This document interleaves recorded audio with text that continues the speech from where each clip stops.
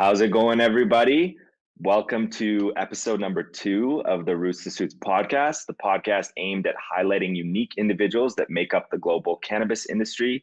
My name is Graydon Welbourn, and I'm joined today by my brother, Jameson Welbourn. On today's episode, we have a really awesome guest, a good friend of mine, Krista Raymer. Krista is owner and founder of Vetrina Group, which is a company that focuses on improving the profitability and success of cannabis retailers across North America. Krista is based in Canada, but we first met back in, I think, October of 2021 in Las Vegas at MJ Biz.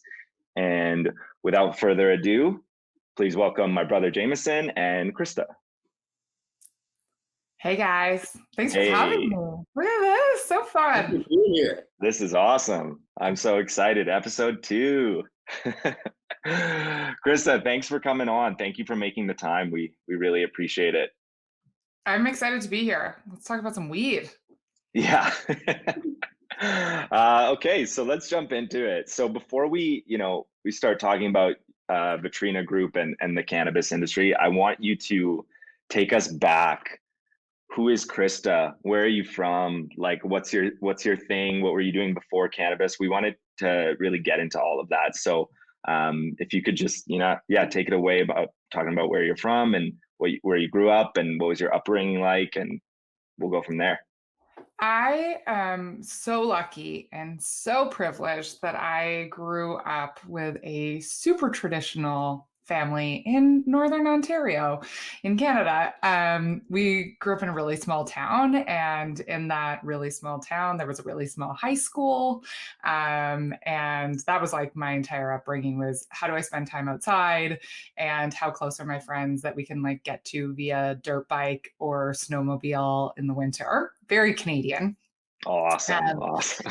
And then I went away to university and was like, wow, this is way cooler. There's a lot more out in the universe for me to absorb and understand. And it was at school that I got really passionate about understanding the role that clothing plays in creating personal identity.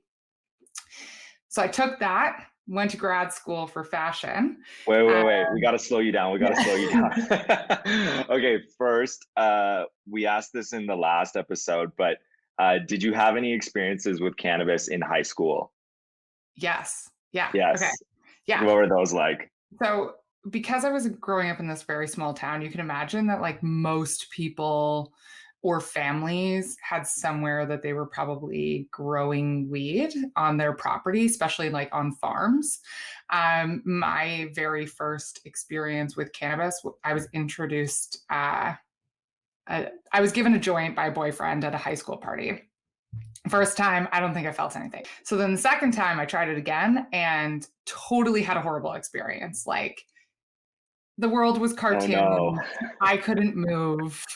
I couldn't get myself off the couch. My legs were broken. Like, it was one of those experiences that now in my position today, I'm like, we never want to create that for consumers. But horrible experience. And because of that, I never touched it again in high school. So that deterred you. Yeah. I was like, made you stop. No. That is not for me. I like to be in control, and I had lost control.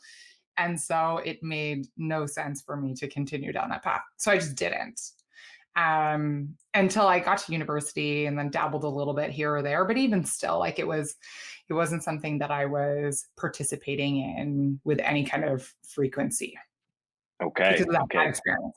Yeah, for sure. That's fair. And so what in high school, what kind of student were you? I'm just curious. I was a really good student. Were you an overachiever? I didn't have to try that hard, which made, school just came really easily to me because of the format of the information. Not everybody can digest like words and then figure out how to communicate a clear and concise idea in that format. Like it's not made for every type of learner. School definitely fed into the type of learner that I was. And so I didn't have to work very hard to do well in school, unless it was math. And then I was like horrible at math, which is ironic now. But in school, I was like my best subjects were always kind of history and philosophy and geography. Yeah. Where did your idea come from when you were connecting fashion with identity? Like, was that something that you grew up with and it was always a part of you, or was there a defining moment that you had in school or in university where it really came to light for you? I was in elementary school and like into early high school. I dressed like a total tomboy, like, and it was cool at the time, but it was like borderline not cool the way I did it.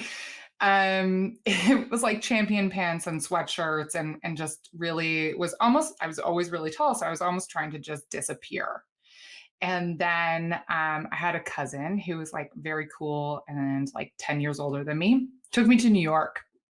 And in New York, I was like, whoa, there's so many cool things here. And there's so many different ways that people are expressing themselves specifically on how they're dressing. Wasn't really a thing in Northern Ontario. It was pretty much all the same. And so it was that experience that I was like, oh, there's something here where you can like access power or community engagement through clothing. That's kind of a thing, I guess. And so I had always been interested in political identities and who has access to what spaces and why, and then started layering it on top of and thinking about clothing as a way to create that access or create that community messaging. So, like if we're all in blue jeans, what does that say? We all appreciate blue jeans. But what else does that say? And so it was some of those questions that started to come up in my undergrad that really started to propel things forwards in that way. Where'd you go to school? Queens. Like university? Okay, Queens. What did you take at Queens? Political science and gender studies. Okay. How was that? Right into this like political identity perspective. So what was next? So you did university in Queens, and then that led you to retail and fashion? And political science, I always thought I was going to be a lawyer. I was like, oh yeah, totally a lawyer. And I took a flight back to New York on Porter, which is like this tiny airport in Toronto with little airplanes, and you end up sitting beside people who are usually flying places for business or short periods of time.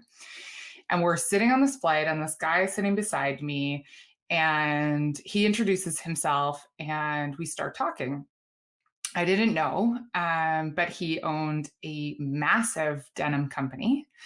And he was like, what do you want to do when you grow up? And I'm like, I think I want to be a lawyer, because I was still in my undergrad. And he was like, why? I was like, well, I don't know, because it seems cool. He's like, well, what do you want to, what specifically about law is attractive? And I was like, well, copyright and infringement law seems really interesting, because I'm really excited about clothing and apparel. And so that seems like a logical path to go down. He was like, don't do it. I was like, what? He's like, don't do it. You shouldn't be a lawyer. And talked me out of it in like a 45-minute flight, which looking back now, I'm like, wow, I was impressionable. But at the time, he had a really good point. He was like, how do you want to envision your life? Do you want to be sitting behind a computer all day, reviewing legalese and trying to like really find holes in things so that you can articulate it better or protect something? I was like, true. Okay, maybe I should reassess. And it was at that moment that I reassessed that I found a Master's of Fashion program, which had been relatively new at Ryerson, and was like, okay, well, if I apply here, maybe they'll let me use education from a different faculty in the fashion program, because it's so new and it's so small, and be able to really create the, I guess, research interest that I want to pursue. That's a really cool story. So you have that random guy to thank, Mr. Denim. Yeah, Mr. Denim told me no. Here we are. That's awesome. So you got into the new Ryerson Masters of Fashion program, and what was that like? There was two streams. It was either a design stream or a research-based stream. And I went down the research-based stream as opposed to design. And I spent pretty much the entire 2 years looking at clothing, identity creation, this theory called biopolitics, which essentially looks at how you access power through clothing. And then That's cool. ended up doing all of my main research for the end of the project around a Canadian specific example of Quebec, when at the time they were exploring what it looked like to create rules and regulations around what clothing was acceptable in which spaces as specific to religious symbols. So where we could have face coverings, where we couldn't have face coverings, where it was approachable or acceptable to have crosses, all of that. And that's kind of where I finished off grad school. Okay, that's really cool. That must have been a really cool grad school experience. It's really interesting. So after that, where did you end up? It was at grad school that I was like, oh, I'm in a fashion program and I've never worked retail in my life. I was like, oh, maybe I should go and get a job. And so I started working part-time for Brooks Brothers, which is an American, very well-established, long clothing and fashion apparel brand. It's very constricted, let's say. And I was loving it. Like, I was having a really great time. I started at this not the flagship location. I actually started at a concept store that was specifically for university students, and kind of worked my way through it, and then ended up at the flagship and worked on projects like when we would drop a new POS, how we would roll it out to all of our teams in Ontario, or what it meant to be hiring for other stores. And so I kind of just worked my way through and consistently showed up and was like, hey, I like clothing. I like people. This space makes a lot of sense to me. And it was there that I started to kind of get this itch for improving the business. Like, I started working there really to be able to say that I had a retail job, but I also realized that we could improve the performance of a retail environment with like little steps and making sure the right people were in the right place. And that realization came at Brooks Brothers. Okay, so you were working on projects so you started off, were you selling clothes first? Mm-hmm. Yep. And then you kind of moved up in the company. How long were you at Brooks Brothers? 3 years. Oh, okay. Overall. Yeah. That's a significant amount of time. Okay. Yeah, like I had jumped into management in there, and then oversaw a couple locations at the time, and had kind of just worked my way through until I had a really cool opportunity come to me, and that was what pulled me away. Okay, so what was this cool opportunity? There's this company called Suit Supply. They're a Dutch-based business. They've got a location in Toronto, or multiple locations in Toronto now, as well as in Montreal, most major cities in the US, and then all over Europe. And I had an opportunity to take the general manager role in the Toronto location. And it just was that moment when you realize that you've connected with a really cool brand that you want to be engaged with, and that is excited to like also have you there. And that the company was growing so quickly, there wasn't a lot of corporate structure or hierarchy, which ultimately resulted in store managers being really responsible, or general managers being really responsible for how the business performed and other areas of the business. So I was amped. I mean, it involved like doing training in New York. It involved producing and developing really cool training programs for all of the sellers on the sales floor. And so when I got involved there, I was like, I can now like scratch this need to be teaching, but at the same time, still think about how the amplification of results comes from the interaction that happens on the sales floor. And so it was there that I was really like working on the business piece of how we improve retail one transaction at a time, and how do we make sure that our teams in store are going to be like the most effective sellers they can be. And was it around this time where you started to feel like you wanted to own a company or do something entrepreneurial? Was that always a thing that you had, or did it just sort of stir up during Suit Supply? I had dabbled in business ownership prior to all of this. And in high school, I had a swimming instructor business where I taught swimming lessons in my backyard. But it was really like at Suit Supply, they did something very specific with their hiring, which all store managers and any kind of upper management all were very entrepreneurial. So you would be assigned what the problem is, or we would know what the problem is. How you got to the solution was up to you. And That's really cool. It created this culture. And still to this day, I think if you were to look at all of the people that worked at the company while I was there, a lot of them have their own businesses now. And it's because of that type of interaction that they created. You had to show up and make things happen, and they really put the business in your hands. And if it wasn't happening, it was still in your hands, which was a really special place to be when you're trying to like figure out what you want to be doing after. Right. So you sort of had the freedom to come up with your own solutions.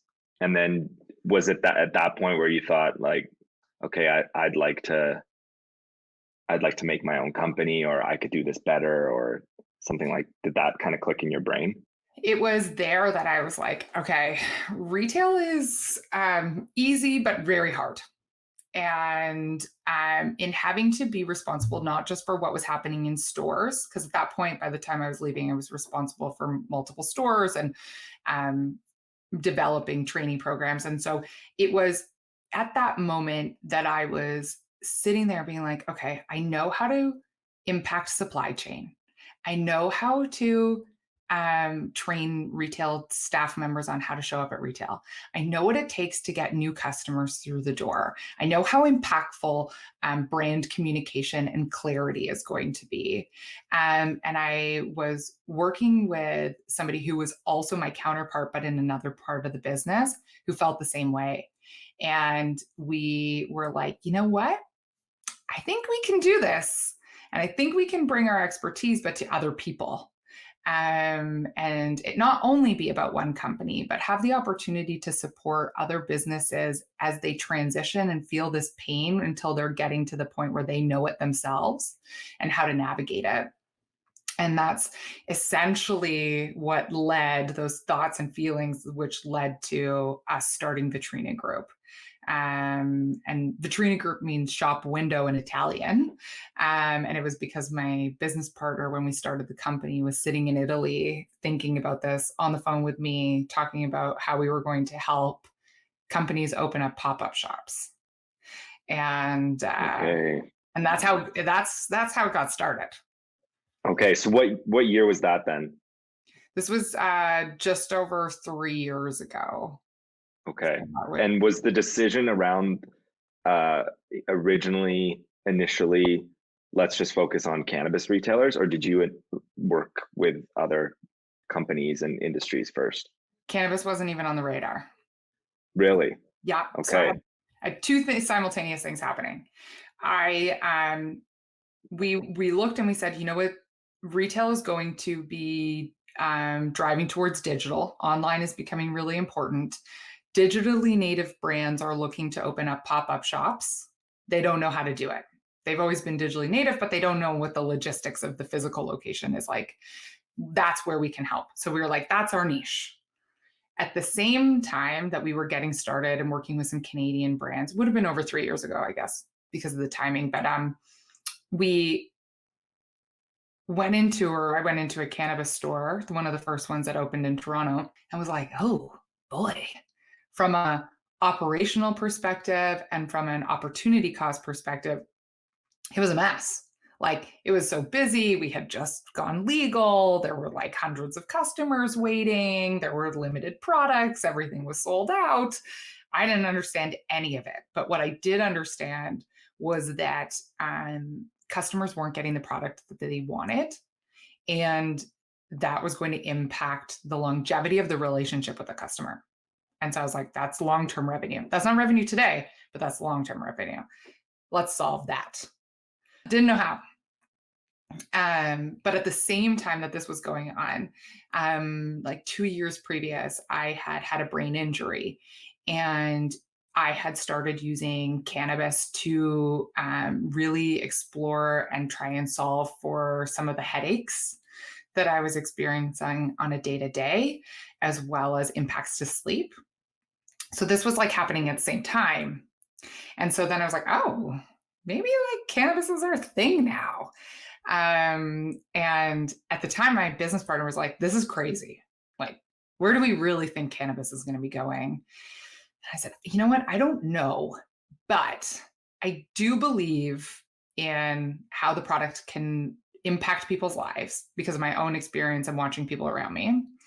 And I do believe that all these stores opening will make it more accessible, or should make it more accessible for people to explore this as an option. And so I'm in. And so I said to her, I'm only going to focus on cannabis for 6 months. Give me 6 months. And if we can grow the business in this way, then we'll do it. If I don't and I fail, I will own it, and we can turn around and say, never again. We will never work with a cannabis company. 6 months later, we only were working with cannabis companies. Wow. That's crazy. That's really cool. And it was because we started working with a first round lottery winner who really believed in us and was willing to kind of like take the perspective of that outside retail focus could be impactful to the business. We just needed to find a way to translate it for the cannabis space. And so not knowing everything about cannabis was really tough at the beginning. And we'd have to walk in and be super humble and be like, I don't know everything. I don't really know anything. But what I do know is like what has worked in traditional retail. So how can we take some of those learnings and how can they be co-opted into retail to be able to like leverage those best practices? Can we talk a little bit about that? Because, I mean, first, can we lay out what were some of the most prohibitive restrictions that we're facing coming in as a consultant in the retail space in early times? And what were you handcuffed and not able to do that you wanted to do first for everybody listening? I think one of the biggest roadblocks that we ran into right away was that we didn't come from cannabis. That everybody was like, what experience do you have in the industry? And I'm like, none. And they're like, just kidding. We're not interested in talking to you. And that was like figuring out how to say, we've got some experience now, or these are some of the things that we've tried and these are the results that have been created, helped to in that area a little bit. The other thing that I found really difficult to navigate at the beginning was around the lack of ability to communicate directly with our customer and what those rules and regulations were. Absolutely. I mean, the regs really haven't changed that much in that space specifically, but our understanding, interpretation of them, and how we have found ways to explore how to communicate with our customer has. At the time, it was a lot of just like, we can't do it. Like, let's talk to our customers in this way. No, we can't do that. That's not within the regs. And so it was a fear of trying something new at the risk of falling ill to the regulations. Yeah. Which fundamentally has shifted, and partially because there's so many retail environments available now today, where at the beginning it was like you were one of 25 stores. Like, did you want to lose your license? No. And so it was all about just protecting the license. Absolutely. Absolutely. So were there certain things that didn't transfer from your previous retail experience into this specific realm that surprised you? There's one thing in particular, actually, that still to this day surprises me, is that we don't count the traffic that comes into a store. It sounds so silly, but like we don't count the number of people that come into store. One of the very first things when we were like going through the stores when they first went legal was we need a traffic counter at the door. Super standard in retail. Why you do it is so that you can count the number of people who come in and then be able to leverage that data to understand how well you're servicing your customer, okay? Or how many customers you have in the first place. If it only goes through on the POS, that only tells us what we actually sold, but it doesn't tell us anything about missed opportunities. At the time, there weren't a lot of missed opportunities. I mean, the conversion rate in cannabis stores is like 90 to 95%. Most people who are going into a store are purchasing something. But this would have created baselines for us to understand how we should be forecasting our business.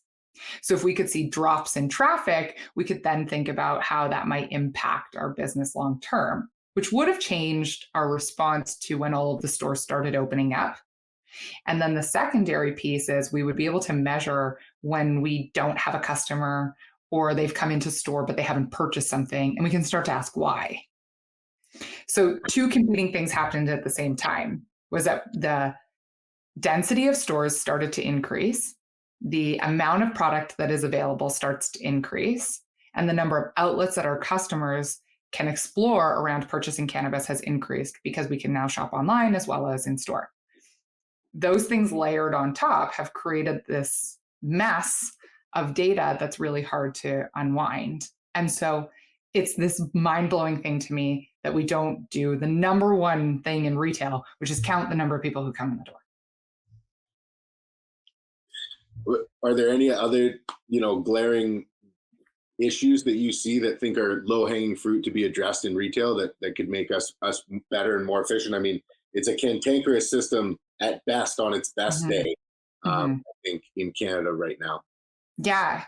And understanding how the customer gets to the store or to the website is important.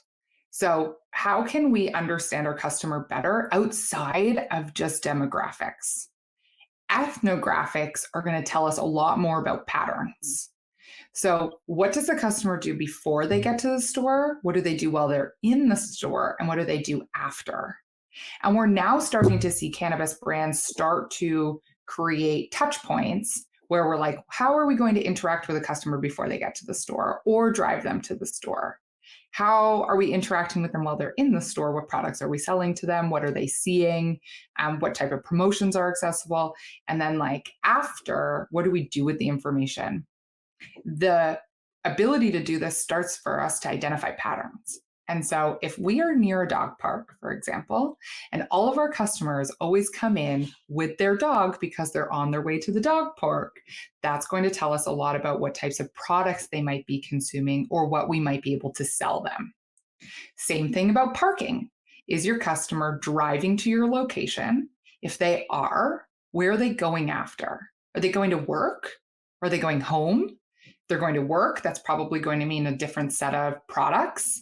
If they're going home, also going to mean a lot around what types of products, potentially what accessories are being sold, and in what quantity. And so these types of insights really can impact all aspects of your business and help you get more traction with your customer. Because at the end of the day, retail is about stickiness. It's about like owning the relationship with the customer and making your customer feel really good about where they're shopping. And to do that, if you can reflect their own values back at them, you've got some winners there. And so if you think about like the best stores you've ever shopped in that feel really good to you, the store probably has aspects of it that speak to your identity back at you. Absolutely. As a guy who's been in a lot of stores and cares a heck of a lot about cannabis, there's stores that absolutely speak to me, and there's stores that I can't even stand. And the more Apple store it is, the more I don't like it. But that's just personally what's. So, I also hate the Apple store. Do you want to know why? Yes, okay, I do. Why do you dislike the Apple store for a concept for a cannabis store? I just think when I was part of early day corporate cannabis, and that represented what every Chad and Brad envisioned when they raised $20 million and, you know, misappropriated 15 million and then spent 5 million trying to set up the business. And realistically, it doesn't speak to me the same way that the best retail experience I ever had was in Ukiah in California at Heritage Mendocino, and they're a hash focused retailer that makes hash and sells hash in the California licensed market. And I know we can't do that in Canada, but as far as somebody who that felt like that retail shop was built for me. So I completely agree with what you're saying. You know what? It's your disdain for the Apple concept store is about the people that wanted to drive it as a concept, right? And like how they impacted the industry. It's a lack of understanding of you know, anybody who actually grew some cannabis would be like, man, that Apple store is not a good idea. But anybody who stood back from, you know, 10,000 feet and looked at this thing would be like, oh, we're going to do Apple store and it's going to be great. And I think that, you know, maybe that caters to a certain individual. And, you know, there's so many different demographics, psychographics, and all these different things. And so I think you need that diversity in not only retail experience, but also product offering to cater to the masses. And so I'm really enjoying hearing your insight on it. So the Apple store is obviously like the epitome of like some of the best retail, right? And that's like why people would be attracted to replicate that type of environment. So how do you replicate something easily? Take the aesthetics and whop it together. Cool. The difficulty though is like, what is the theory and the reason to why the Apple store is created the way that it is? So if we go back and we say, how did we get to develop the Apple store and what it looks like today? Well, they used to create a test environment, and Steve Jobs would show up and be like, the table height, no, not going to work. Too many cords everywhere. We're so specific about the aesthetic experience of the customer because what they wanted to be able to do was put the product in the customer's hand and then let the customer envision the product in their life. This is going to be an item that we interact with every day. And so what they want to be able to do is give you that experience and create a moment for you to experience it. Even if there's a lot going on, it doesn't always feel like there's a lot going on in an Apple store. They're like specific about acoustics and what the noise is and what people are wearing when they're helping you and how accessible everything is to touch. They make something that's expensive feel approachable, but still really valued. Cannabis, we can't put it in the customer's hand in most environments. Fundamentally, we have just ruined the Apple store concept because we are not going to put the product in the customer's hand and let them envision it in their life. And so that breaks up the aesthetic setup of the store and what we're trying to achieve. Also, the customer purchasing pattern is totally different. How many times do you buy an Apple phone or a computer in a year? Not that many. We're trying to create interaction with the customer in cannabis that is a reoccurring one, multiple trips in a year. So we need to take all of that into consideration.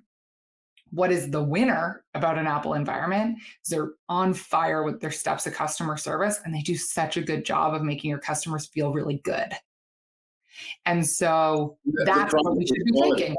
The product is quality. I mean, early days cannabis, you had retailers attempting to do a really good job and trying to sell product that was meant for a sensory experience that was not allowed to have any type of sensory experience, none whatsoever, behind no inspection whatsoever, and the product was subpar, being sold at premium prices. And so first of all, did you feel that in the market where you had consumers coming in that didn't come back because of disappointing experiences in early days? Like, was that felt in your retail standpoint? Totally. Product quality was always a conversation. The other thing that always would come up was like how we addressed when the product quality conversation came up. I really believe that in a retail environment, if you have the retail store, you have to own the relationship with the customer. Customer doesn't care where the product came from. So there were often like comments, if you look back in Google reviews, these were some of my favorite ones. Chocolates available in store, but nothing low sugar. Like as if the retailer could like impact that. At the time, like in Canada, no, retailer had no control over what product was available in the marketplace. And still technically doesn't. Feedback loops have helped, I guess, in some aspects, right? But like it's still, you're right, like it is pretty fragmented. And so, but from a retailer perspective, we have to go into that and be like, the customer is looking to me to solve this problem. If you buy Levi jeans at the Bay, you don't go to Levi's and say, I have a problem with my jeans. You go back to the Bay. And that was something that as a retail responsibility, we totally missed in the first like year and a half. It was like, blame the product assortment on the producers, and the producers were like, blame it on the regulations, and the regulations were like, the product is available, what do you want? And so it was like a bit of a blame game. And now, because of the amount of diversity in both retail environments as well as product availability, we're starting to see much better communication loops close, that we can get the product to the right customers in the right place. But it hasn't been easy. So have you felt the lack of product diversity the same way that I have? Like I feel as though my opinion that the way that the Canadian government has chosen to regulate this industry, it's created a system where there's one point of distribution for 95% of the Canadian population based on where they live. And that was through a government-run agency that isn't competing against anyone to provide any kind of level of service. And so they place demands based on not the goal of providing the best quality and diversity to the consumer, but based on what's convenient for them and what they can what's within their bandwidth. So large lots are necessary, commitments for large reorders are necessary, and applications based on product SKUs are need to be approved and are often denied. And I think that's something that I've felt on the back end of the industry, where I look at early days California, early days Washington, early days Colorado, and in some states currently where people are making stuff in their kitchens. They're very clean, and they're very they're responsible about the manufacturing. But some of these products have to be started by small family-run businesses, and they're started in kitchens and get into the medical markets. And so, do you feel the same way, where there's a lack of product diversity in the retail market that really allows the retailer to diversify or to distinguish itself from another retailer? I have totally felt this way until more recently. And that's because of the number of products that really have flown through have come to market in the last like 3 to 4 months, as well as the number of products that are going to be available. I don't think it's enough. I think that there is a ton of opportunity to be able to differentiate within these communities with specific products and have product specialized stores in the future. But to your point, like it has been a system that has been incredibly difficult to navigate, both from the producer perspective as well as the retailer, and having to navigate that conversation with customers. We haven't done a good job in enabling and reducing the stigma for the customer who's purchasing the cannabis to begin with. And because of that, it has made it really, really difficult for us to gain more traction with a customer base that's still trying to explore kind of like, are they willing to enter this space and how often are they? Whether that be because they are moving away from like legacy market, for example, and trying to enter this space, or if they're new consumers. I think we don't do a good job as an industry talking about like where and what options our customers have in terms of purchasing behavior, and how we're going to continue to fulfill that. And to your point, like minimum order quantities, very impactful. Having sales distribution and what that looks like to be able to operate within that framework, so hard. And it's only going to get more complicated, and as we have more players in the space. And so it's what you need to be able to succeed today is totally different than what you needed a year ago, and like is worlds of different from 3 years ago. Yeah, absolutely. I mean, I think that the government regulators aren't supporting the industry in any way, and they're only weighing it down where, the legacy market is cold chaining products to consumers because they're charging an ultra premium price and delivering an ultra premium product. And if something as simple as providing a cold chain to a retailer for them to continue that to their consumer can't be offered, I mean, and there's no legal alternative, I find that almost laughable. We as makers and producers want to provide ultra premium products to the consumer and be able to charge ultra premium prices for them, and let those retailers share in those revenues. But if you can't get that product to the consumer, and you have it in summertime and your warehouse gets hot, you just turned a bunch of really valuable product into just nothing but bad customer reviews. And so, understanding that, and I think people understanding that this is a perishable item. Cannabis is perishable, and the fact that nitro tinning and all these things,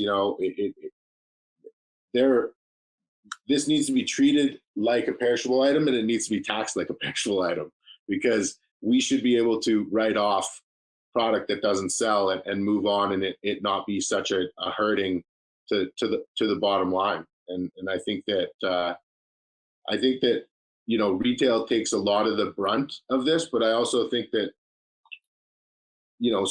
are you seeing, compared to other retail industries, markups, where does cannabis fall? It's super tight margins. Whenever we have a distributor in place, it's going to reduce and eat some of the margin.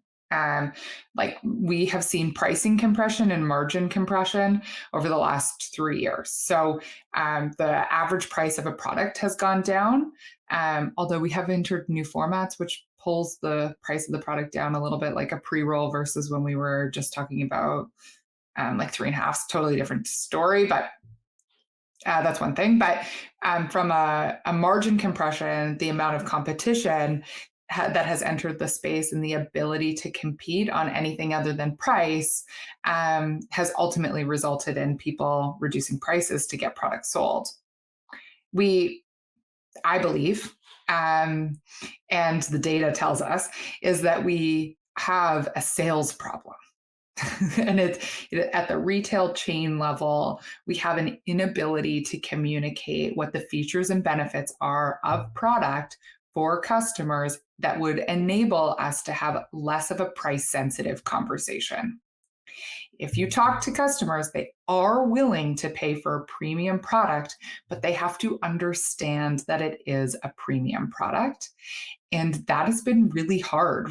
That information chain, really difficult, never mind all of the other impacts that we have historically seen around delays in shipping or aged product and that. If we just focus on where we're going now, and we've got a faster supply chain, and we've got more diversity in product assortment, how do we enable the retail environment to be able to communicate what the product really is about? And that is not just the responsibility of the retailer. That shouldn't be the responsibility of the bud tender. That information should be tossed to the bud tender.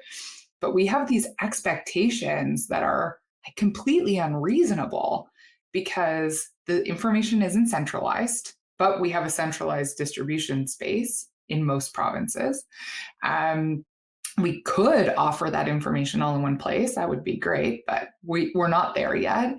And so as a licensed producer or as a brand, your responsibility is to create awesome product and get it at a price point that is going to be reasonable for the wholesaler to purchase it at. Okay. And then it is also your responsibility to make really great distribution points and relationships, and then communicate what your features and benefits are to your product at scale. That is hard. And that isn't a uniquely Canadian problem necessarily, because other states, for example, when you have a wholesaler involved, or if you're just going direct, it's how do you scale that information and then give people the tools to sell it? That is like a retail problem. That isn't unique to cannabis. That is just a retail 101, how we communicate product features and benefits to our customer. Is there someone in the space that stands out as doing a good job or a better job of this than others that you would be able to comment on as a case study, or not something that you would want to? I think from an American example, I think Cann has done a really great job of this. They have been very clear about who their customer is, what the features and benefits of their product are for that particular customer. And like, we're not for everybody. We're for a particular type of people. And if we're for you, we feel great. That kind of like blind commitment is super inspiring. And I think that you're seeing it in a lot of craft growers across Canada now, and like smaller batch edible companies as well, because they're so passionate about the product and are able to talk about what the features and differentiation points are. Where it gets very difficult is like how you do that at scale, because the revenue and the margin is so tight, both from the licensed producer perspective as well as from the retailer perspective. What do you think? Like, who do you think is doing a really good job of this? I like Bazam. I think that, Bazam has one of the coolest websites. Like if I was to start like comic books and just what they've done, I think that that's cool. And that's the website that jumped into my mind. I don't have a lot of touch with how retailers and specifically bud tenders are being interacted with by these groups, and I'm only consuming the flower every once in a while to kind of see where things are at, and they are improving. But to me, it's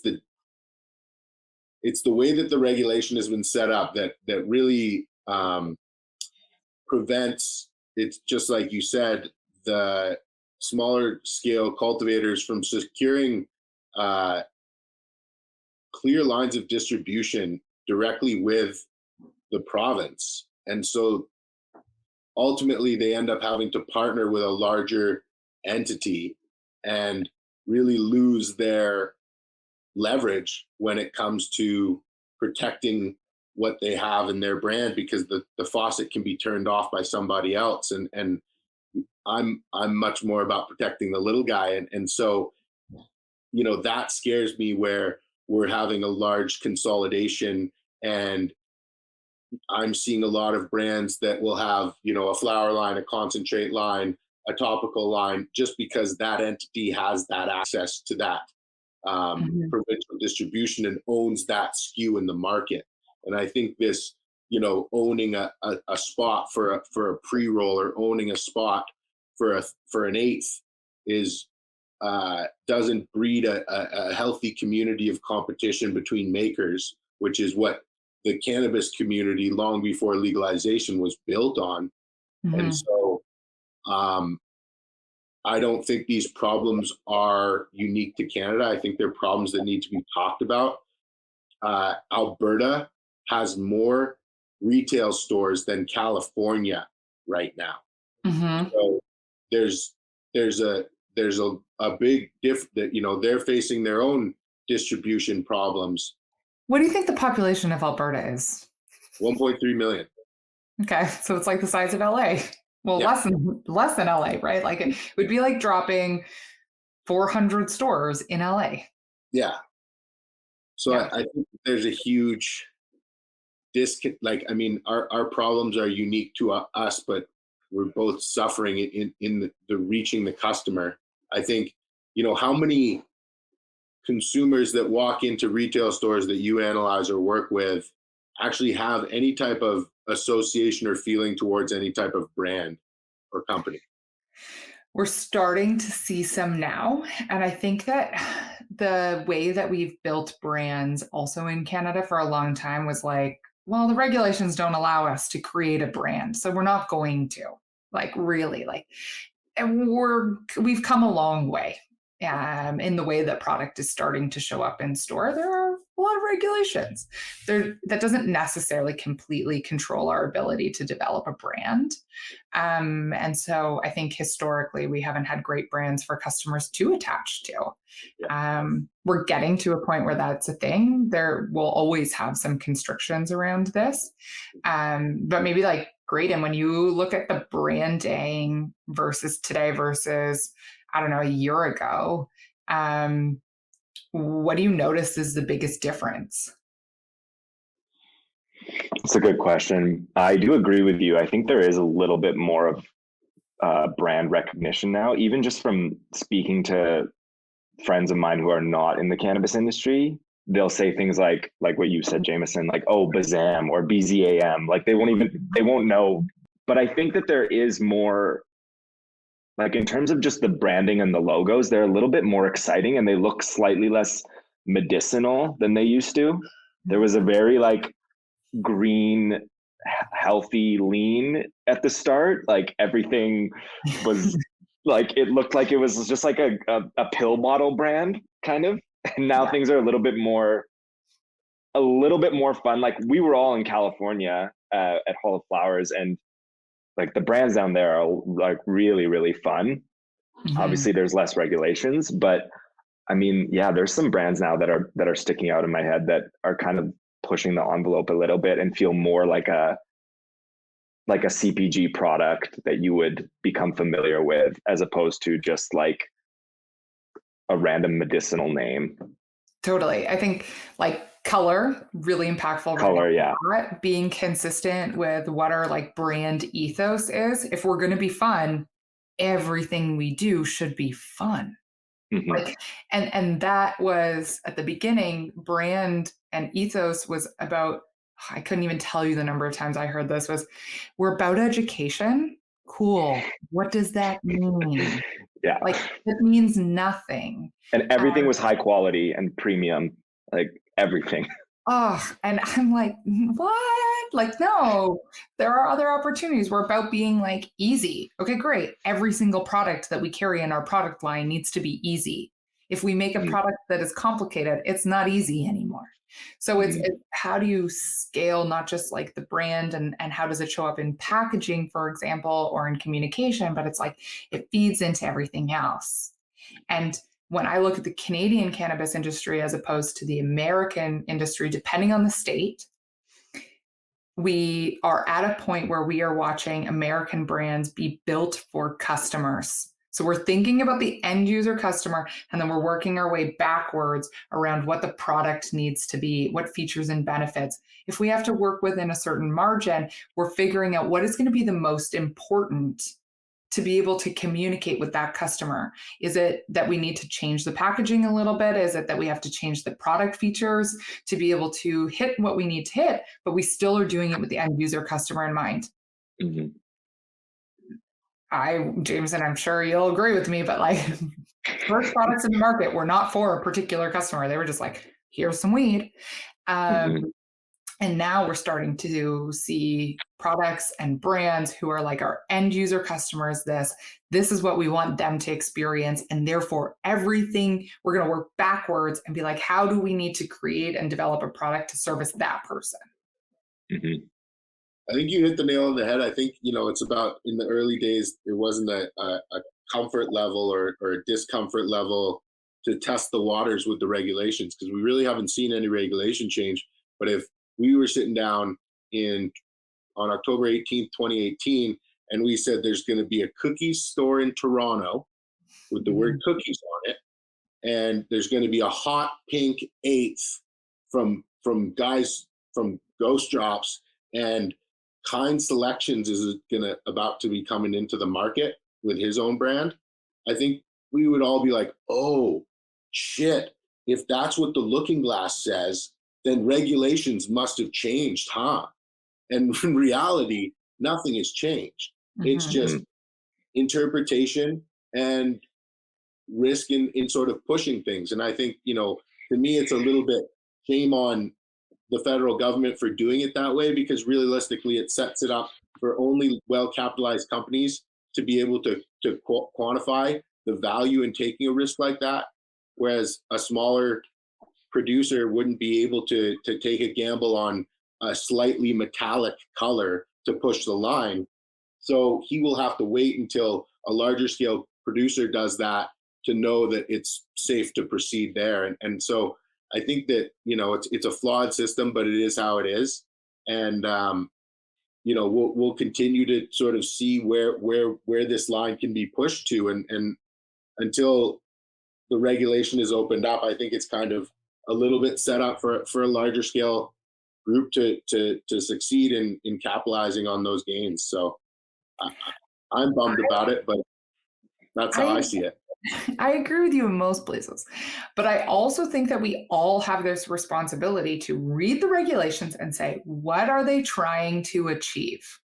Okay, I'll give an example that this is at retail.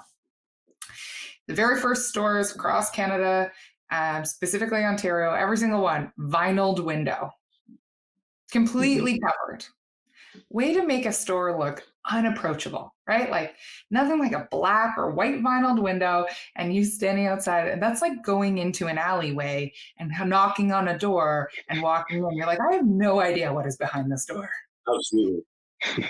And what did the regulation require? The regulation actually just requires that we can't see the product unless the environment has been age gated, so that we're protecting the view of product from people under the age of 19. Well, if we had read the regulations, we could have said, all right, well, how else could we solve this problem other than creating blacked out windows?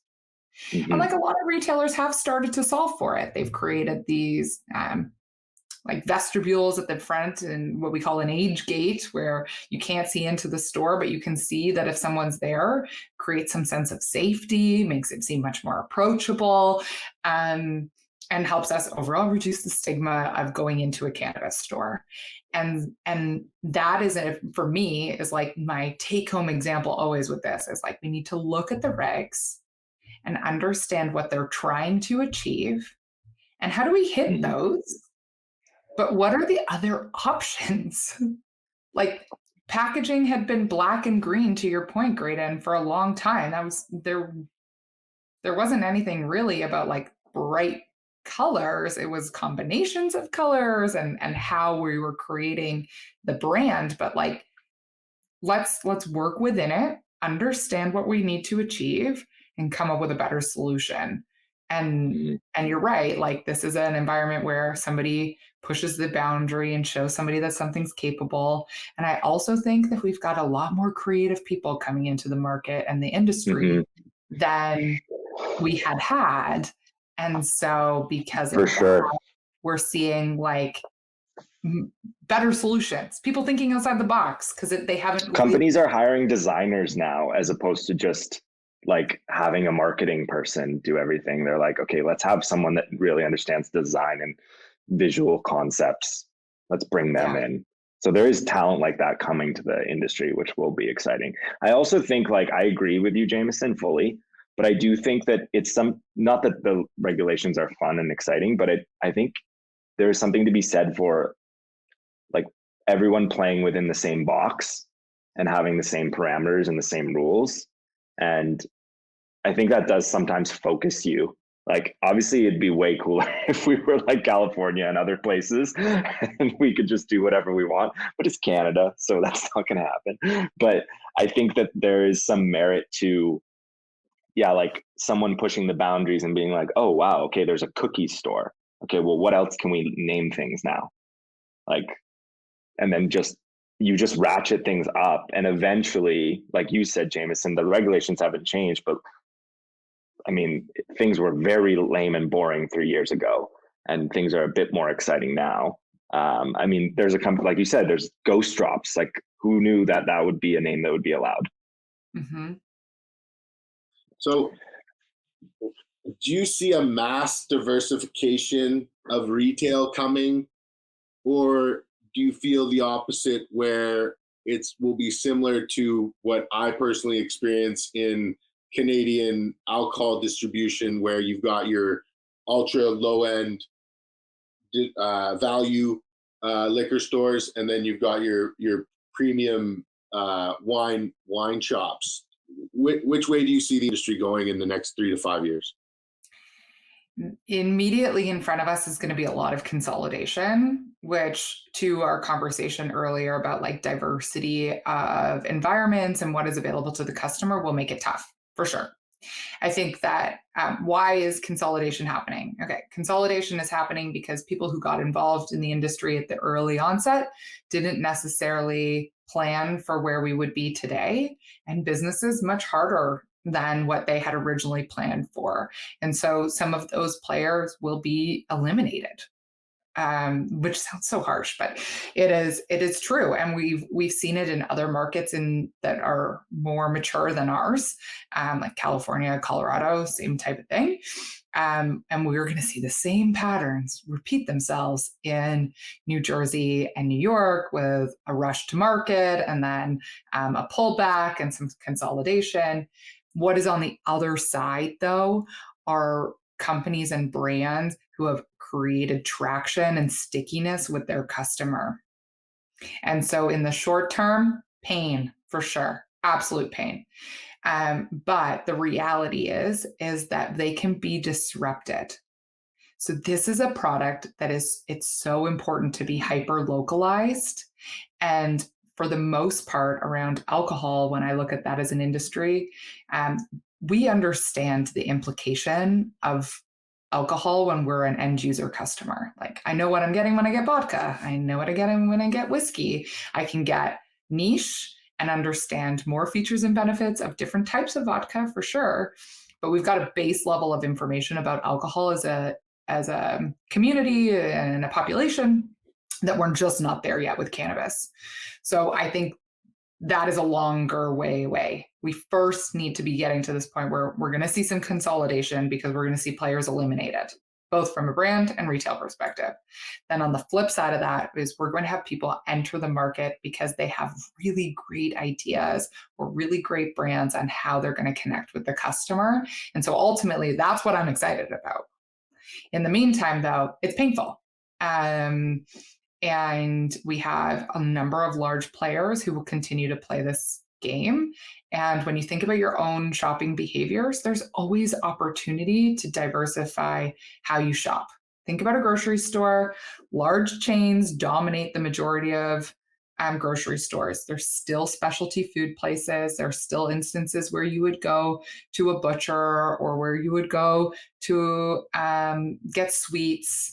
And that type of opportunity will start to present itself also in cannabis. The difference, though, is that we have to be willing to not go after all customers and be everything to nobody, but be everything to somebody. And we aren't there yet, quite frankly. Some brands are, for sure, and some retailers are moving towards that. But you have to be willing to be focused. So I see it getting to a point where, and this is the only store I know, so I'll just use it as an example, but there will be cannabis retail licensed Sephora type stores that would cater to that specific subset, where it's, cannabis infused skincare products and other product lines that would cater to women who are interested in, that type of thing. Do you see it getting that specialized in the Canadian market? And if you do, how long do you think it would take to get there? I do. The difficulty up until this point is that we haven't had the product and assortment to support this as a strategy, really. And also, you have to plan for that into your business. So if you had asked me this question and when we first went rec, I would have been like, edible stores, I'm so excited about. I'm still excited about a store that only carries edibles. What that would take from an operational structure, though, is very tough right now. You would have to develop the business with that in mind on how we're going to offset the cost of running a business and working with a product that is fundamentally pretty low priced. And so to answer your question, that type of focus, yes. How close we are, we need product diversity to be able to get there. We need to be able to figure out how to run an operation that can either work within the margin allotment or create more margin. So like that could mean that instead of signing a lease for a 5,000 square foot space and we want to only sell edibles, maybe we have like a 200 square foot retail environment. It is about like reverse engineering what we need, and we know a lot more about the business. That's why I'm really excited about new markets in America coming online, is because there's so much to learn from how things have played out across Canada and in states that are already legal, that we have an opportunity to break this like reoccurring cycle. But unfortunately, we're seeing like the same thing over and over and over again. What are some of the states that you're most interested in, and are you currently actively working in those states? States that I've probably alluded to this, New York and New Jersey, I'm very excited about. I'm really excited about those because of my background and excitement around fashion, mainly because like the best retail environments in North America are often in New York. So I'm excited to see what we bring to customer service. We are working with companies who are entering those markets or planning to enter those markets, which is very cool. Yeah, absolutely. No, it's going to be New York. What are you excited about? I like New York. I also like Maine and some of the East Coast. Maine specifically is one that recently, like, I've kind of discovered as a hotspot for more or less regulation that I think is more leading towards trying to promote an industry versus profit off an industry. Maine isn't a very rich state. And so from what I've heard and the people I've met out there, they've got a really interesting program, both on the medical and the recreational side. But yeah, New York to me, I mean, we have family in New York. We spend a lot of time in New York. So I'm really interested to see what happens out there. I think that there's like a long way to go before there's a stabilization of what the regulations actually look like at the, when everything comes down to it. And I'll be interested to kind of see what happens there. But I mean, they've got such a cool cannabis culture of their own. Like there's no need to bring Cali to New York. To New York. New York's got their vibe, and shout out the Astor Club. Like those guys are, have been doing it for a while there, and they've, I'm sure they'll be in the retail scene there. But I know those guys are tapped into the culture, and I'm very excited to see it unfold. Michigan is another place I think is pretty amenable to business. I see a lot of guys or some people looking at Oklahoma as well. There's a lot of stores in Oklahoma already. Yeah. for me, it's really cool to talk to you because I tend to stay farther away in the industry's life cycle from retail. And so getting your insight on what's happening and is really cool. Like what do you see as the current biggest struggles for Canadian retailers today?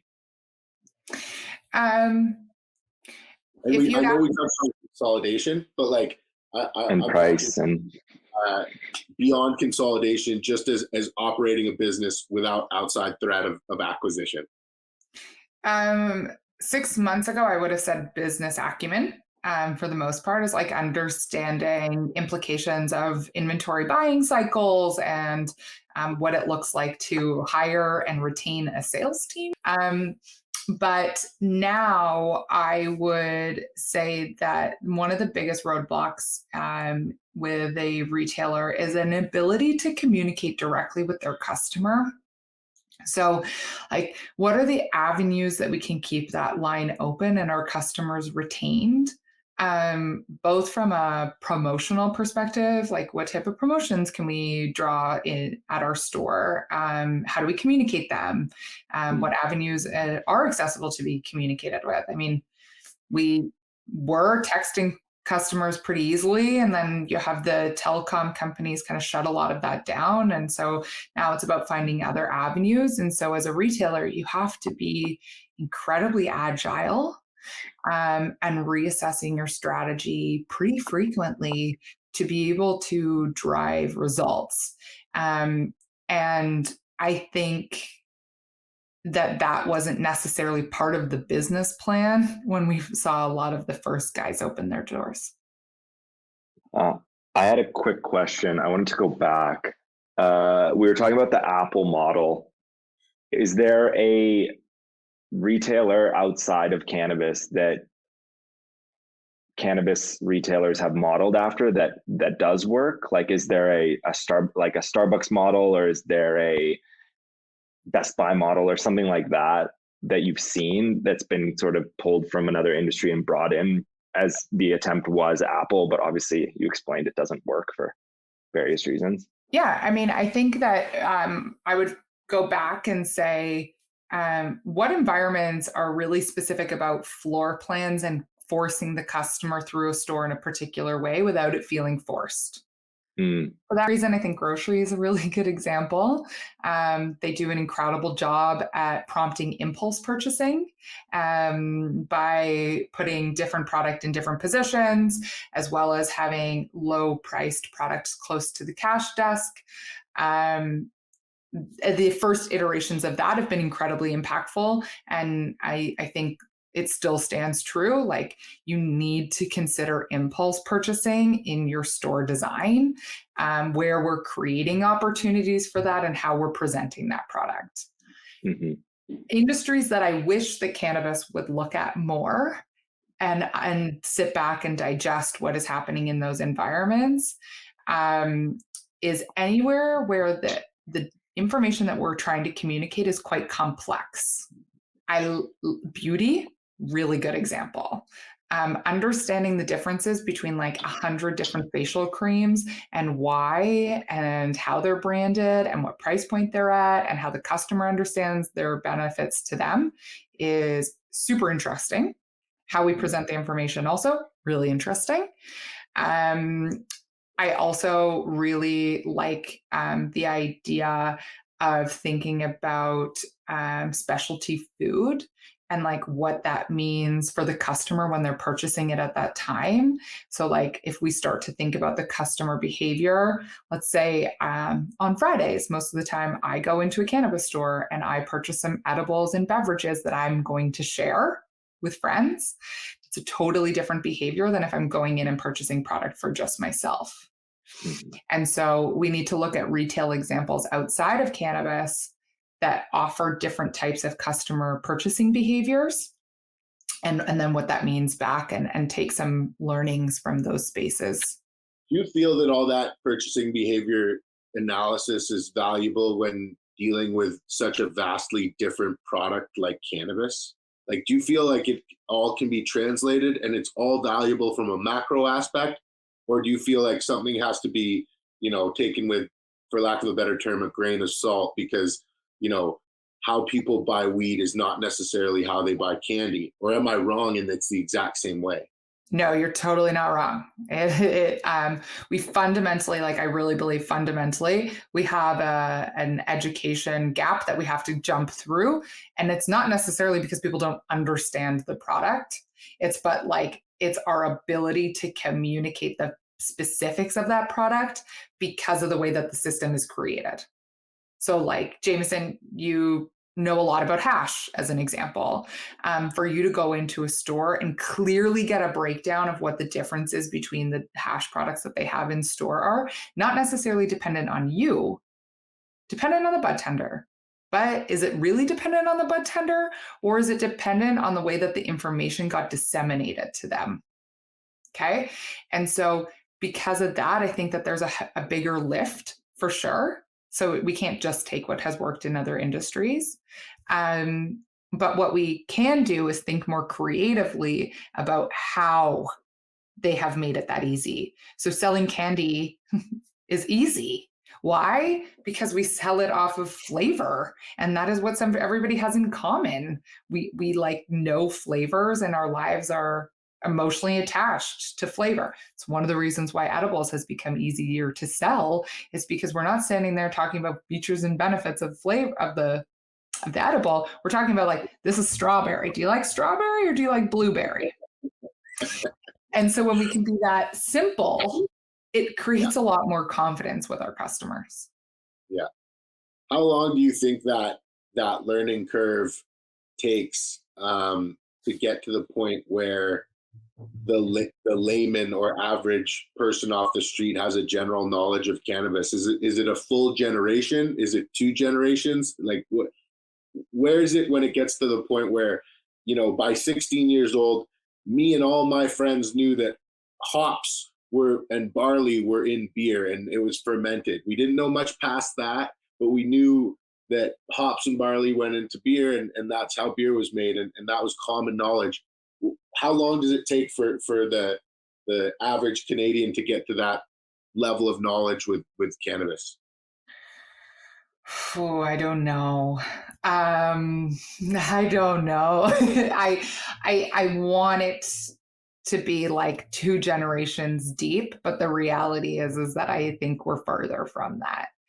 There's still a lot of stigma. Absolutely. And so we need the stigma to be addressed by not just one generation, but multiple. And so if we were just to take a rolling impact analysis, I mean, a lot of social theory is based around things happening in 7.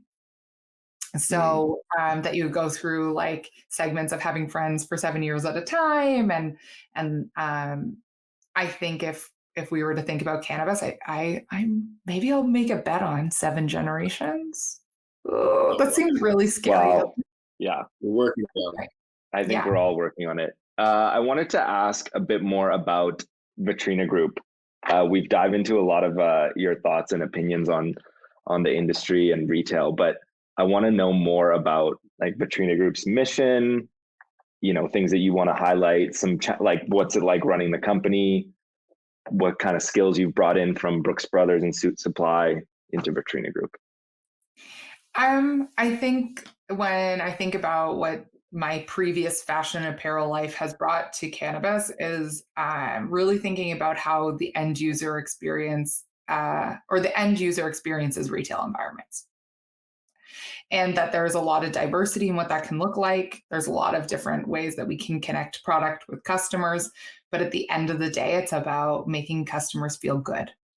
And that is our entire ethos with Vetrina Group. Making customers feel good. Is how do we make sure that customers feel good? Whether that be because of the retail environment, whether that be because of the brand and the way that we can communicate the brand, or even the tertiary aspects of the business, that we can help a POS provider make sure that they feel really good to the retailer that's using them. So it's really about increasing the confidence of the end user customer in their decision, and that people become promoters. retail should be fun, and we've like made this a lot less fun than it should be. And so like, let's make things enjoyable for everybody. Okay, and no, that was a great answer. And so you've had Vetrina Group for how many years now? 4, 3? We're coming up 3.5, I guess. Yeah, 3.5. And now we're a team of pretty much all women, which is wild. Very cool. In cannabis. Cool. I don't foresee it always. Was that on purpose? It wasn't. I think one of the things that was really important and still continues to be really important for me when hiring is looking for people with retail experience outside of cannabis. And an ability to have some entrepreneurial inkling in them. That's something I took from Suit Supply. And that kind of coincidentally led to this like team of women who were like coming from some other industry and have worked in cannabis. And then we're like, yeah, we can do this better. I want to make sure that like moving forwards that we are still continuously building a team that is able to like build the confidence of the people that are around us because they're empowered with the right information to make better decisions. And so we'll continue to be focused on having people join our team that are entrepreneurial, but are also really good at taking data, turning it into insights, and then defining what type of action needs to come from that. Yes. Speaking of data, I know we've touched on this a little bit, but how important is data to these retailers and to producers and to brands and to all that and to you? Because obviously we're in a nascent industry and we don't have, hundreds of years of data really. Mm-hmm.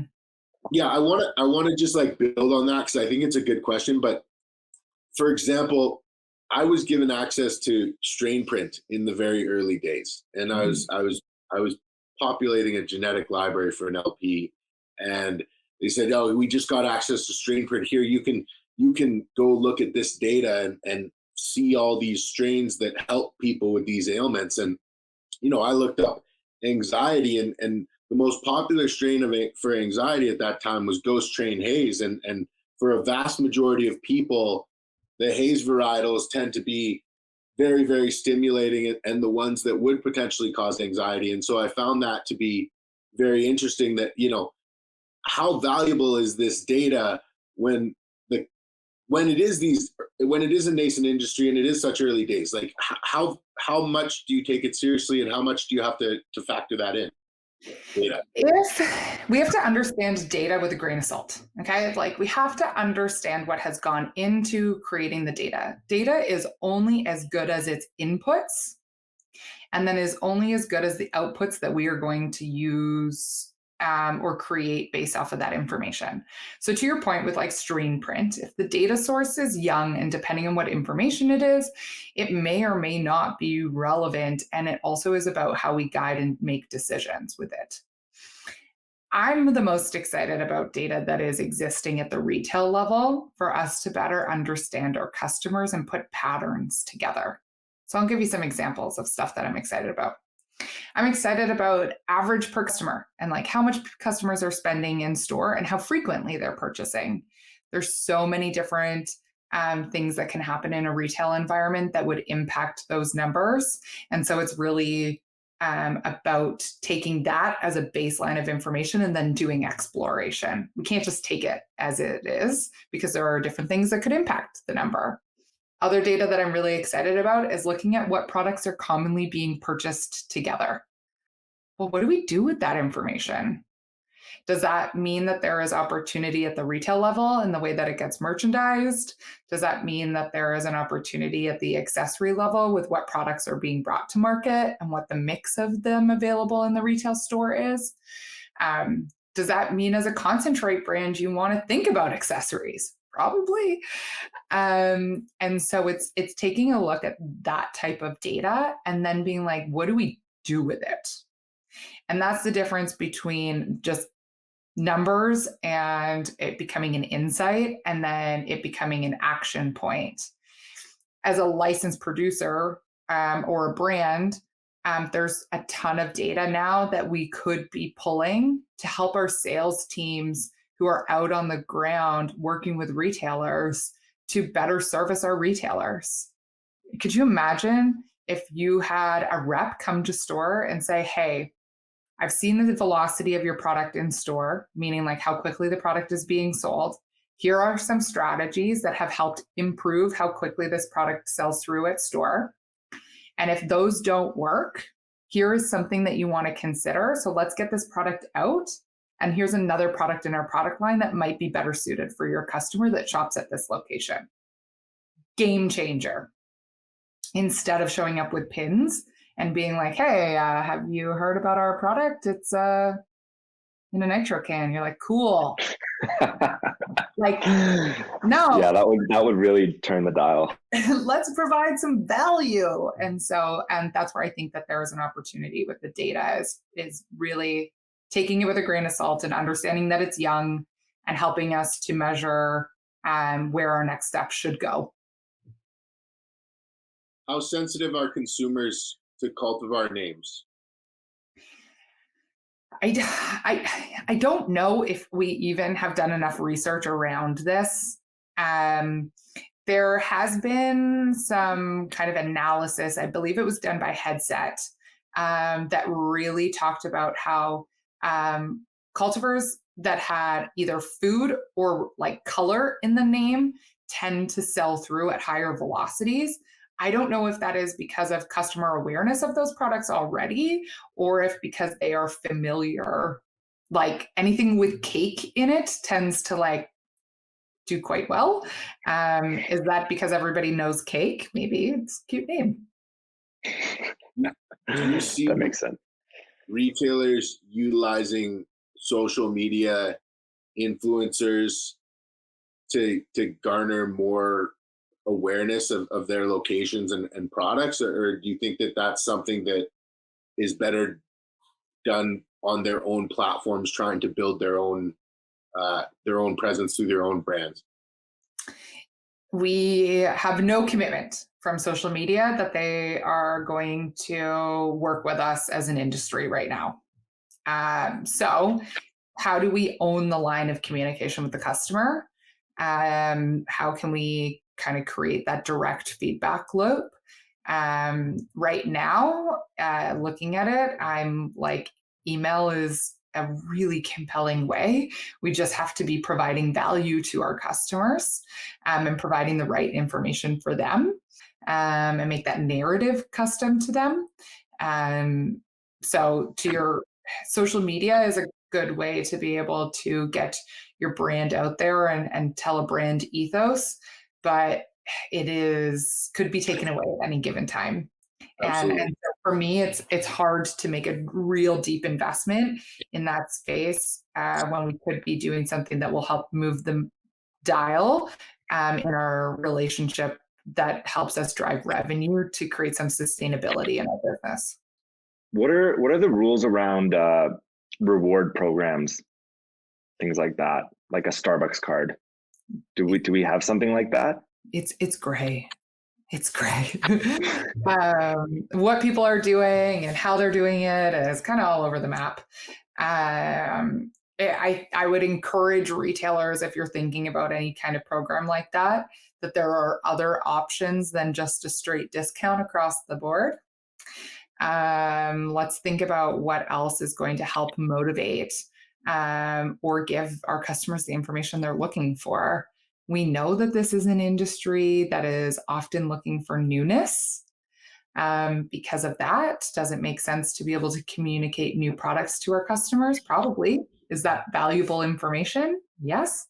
Is that enough to join a loyalty program? I don't know. It would depend on how you've sold it to the customer and who your customer base is. So the answer is it depends. Okay. As always, it depends. Fair enough. Okay. I only have a few more questions here. This one. What advice do you have someone that's looking to enter the industry, Krista? Go and meet as many people as you can in different parts of the industry. So if you want to get into retail, great. Meet some people in retail, but also meet some people who are like helping retailers, licensed producers, sales agencies, technology companies, service industries who work with those retailers. It helps to get a better sense for what the industry is facing. And I think starts to identify, or did for me. So this is now just personal and and self-fulfilling, I guess. But it really makes it an opportunity for you to identify where there are gaps that you can help fill, because there are gaps everywhere. And that's why it's so exciting, and why I really love working in this space, is because there's always going to be something new. And there's always going to be a problem that we need to solve. But understanding how different people in the industry see and experiences those problems will probably lead you to a place that will support your involvement in the solution. That's a great answer. Love that. And what would you say would be some advice that you have for someone that's trying to move, that's already in the industry, that's trying to move elsewhere within the industry itself? Would the advice be different? It might be like a reassessment. If the first time is about going and meeting people who are in the industry in different areas, it might be like a reassessment of what type of impact do you want to have, and then going down this path of who's making impact in that area. If you like want to impact freshness of product, who has a direct impact on that?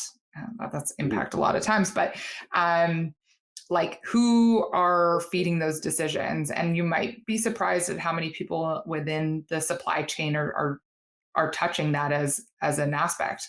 Wholesale category managers, for example, retail inventory purchasers. There's a number of different areas. And so it might open up a door that you weren't anticipating, because there's going to be so many new roles coming up. We were, as an industry, everybody was doing a lot of everything. And so some specialization in terms of role responsibility is coming too. And so I think that there's an opportunity to reassess that.